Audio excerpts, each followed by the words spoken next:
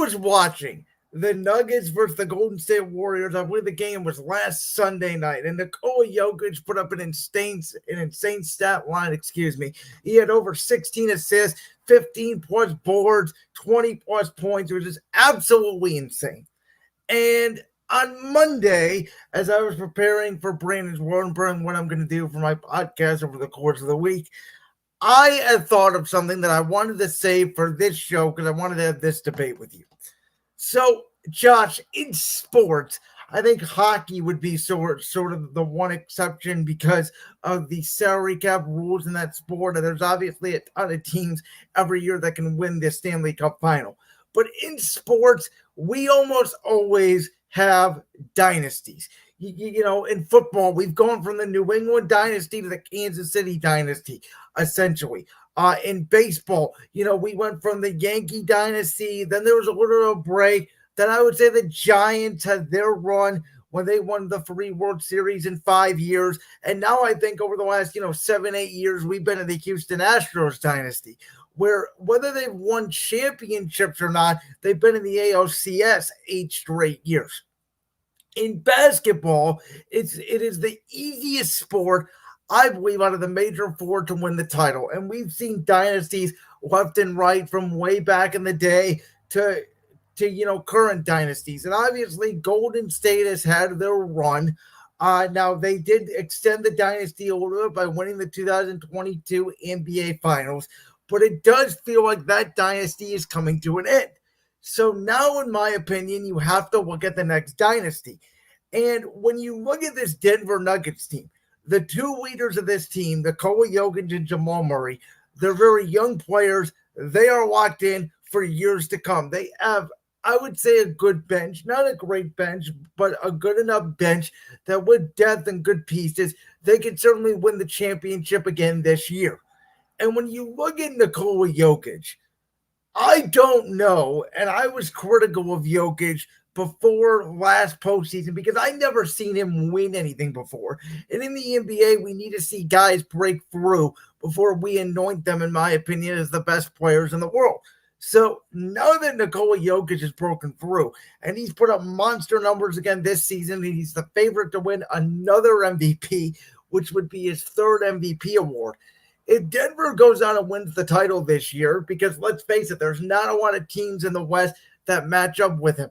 Maybe Oklahoma City and Minnesota do. They're way too young. I don't think Golden State does. I don't think the Clippers do. And I don't think the Lakers do because I don't think Anthony Davis can handle him. So I think Denver's got a great chance to win the title again. And they're so young.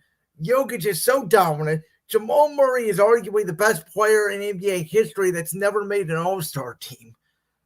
This Denver team to me has all the ingredients. Good coach, star player, star number 2, good veteran presence of being the next dynasty in the NBA. I think first of all, we get to see a finals rematch tonight in Denver because the Miami Heat are taking on the Denver Nuggets tonight at 10 o'clock Eastern time. By the way, the NBA's done a horrible job at promoting it. I didn't even know it was happening until I looked on my FanDuel app today to see what bets I wanted to make tonight. Yeah. Well, they didn't really promote the finals last year when those two played each other because they thought they were getting Lakers Celtics. But, and then they couldn't talk about LeBron the whole time. So what the hell? But I think it's too early to say that the Nuggets are the next dynasty because you have so much player movement over the course of the season. You have trades that happen, free agency moves in the offseason and all that. You can't control injuries. Obviously, that's the one factor. But I'm saying that if they're healthy, and Jamal Murray, by the way, has had a history of injuries until, last year where he really showed up in the postseason. And I said, if you watched him some nights, he was the best player on the floor in some of those playoff games, even over Jokic, who obviously had a great finals. And by the way, I think that we do now have a a blueprint, in my opinion. There is one way to beat Denver, and I think it's very hard to do so. I think the way you beat Denver is you pretty much say, we cannot stop Nikola Jokic. He is LeBron James and Michael Jordan-esque in his prime. Let him get 45 and 15 and 18 or whatever he wants. Let him get 50 points. We cannot let, Jamal Murray and KCP and the other guys around him Don't get forget 20. Aaron Gordon. And Aaron Gordon as well. Can't let Aaron Gordon get 15 points. Is basically what I'm saying. You got to have Aaron Gordon get 6 or 7, not 15. That'll break you. So I think that's the way to beat Denver. Is you can't match up with Nikola Jokic, because I think there's only one big in the whole league who right now is healthy to match up with Jokic outside of Giannis, and that might be Victor Wembanyama, and obviously his team only has like 6 or 7 wins this year. Now Joel Embiid can, but Joel Embiid is obviously not healthy right now. I think Durant at this stage of his career, even though he's got the height, I think he's too skinny. I think that he's too beat up. I don't think that Phoenix, Nurkic, I think would get body bagged by Jokic. So with that in mind, I think Minnesota with Cat and Gobert could potentially pose a matchup issue. Obviously, Sacramento has Sabonis, but I don't think those teams have the star power to overcome what Jokic is going to do for you production-wise. You know what I find interesting about the Western Conference this season? How insanely deep it is? Well, that, but also, look at all the contenders we have. Minnesota, Oklahoma City. Maybe they're not title contenders, but you still have to say they're contenders, like playoff contenders. You have Dallas in the mix, the Clippers, Phoenix. They all did. Golden State, the Lakers, and of course Denver.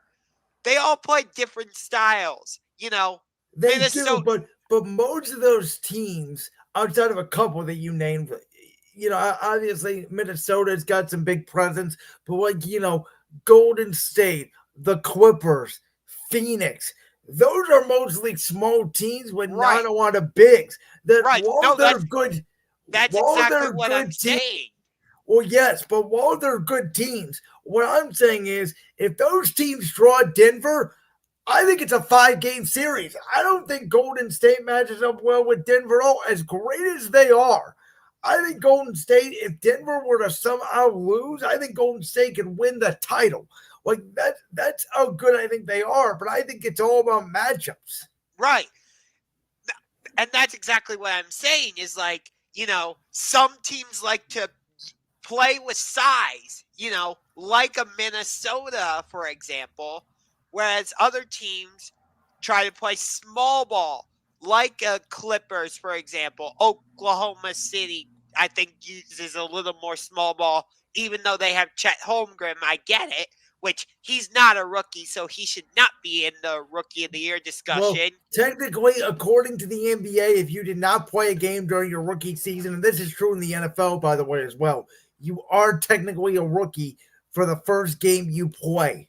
Which I think is bullshit. Okay, well, fair enough. Anyway, even a team like Boston, I don't think Boston matches up particularly well with Denver, as good as they are, and we're about to get to them. I think Milwaukee does, but, will they even make it to the finals? And if they do they have enough bench depth to overcome Denver's? I don't think they do. I think it'd be a very interesting series. But I don't think there's a lot of obstacles for Denver in repeating outside of injuries. So here's the thing. I think after last season, Denver knows what it takes to win a championship. Granted, I think the road to the finals and to the championship was a little bit easier than it will be this season. Because the Western Conference, I would say, last season wasn't quite as deep as it is this season. And like you said, it all depends on who you play and in what round do you play them. But I don't think Denver needs home court in the playoffs this season like they did last year. Because again, they know what it takes. They're the defending champions. And if it's Minnesota or Oklahoma City at 1-2 and they end up as the 3 seed, the Nuggets are like, okay, cool.